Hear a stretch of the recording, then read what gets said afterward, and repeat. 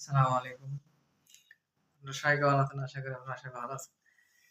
তো আজকে আ কিছু আপনাদের সাথে শেয়ার করব। মানে কিছু বিষয় এখন আমার সাথে মানে যেটা আপনাদের শেয়ার করতে মন চাইলো আরকি। তো ভাবলাম যে আপনাদেরকে একটু বলি। তো এখন বাজে রাত ৩টা ৩:৩০ আনুমানিক।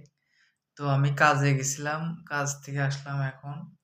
তো কাজে গেছিলাম হলো বিকালের দিকে। দুপুরে খাওয়া-দাওয়া করে রাত্রে খাওয়া-দাওয়া করি নাই। দুপুরে রান্নাবান্না করছিলাম, সকালে রান্না করছিলাম সরি রান্না করছিলাম সকালে। সকালে রান্না করে খাওয়া-দাওয়া করে আ বিকেলের দিকে কাজে গেছি। তো এখন আমার কাজ থেকে ফিরতে আ এই যে প্রায় ৩টা ৩:৩০ বেজে গেছে। তো এখন বাসায় আসছি। আমি থাকি হলো ব্যাচেলর। তো যারা ব্যাচেলর থাকেন এই ভিডিওটা তাদের সাথে হয়তো মিলে যাবে যে হয়তো সে ভাইরা বুঝতে পারবে আমার এই আজকের এই কষ্টটা। তো রাত বাজে ৩:৩০ তো এখন আমি কি খাবো? এই যে দেখুন এখন এই যে একটা কলা নিয়ে আসছি।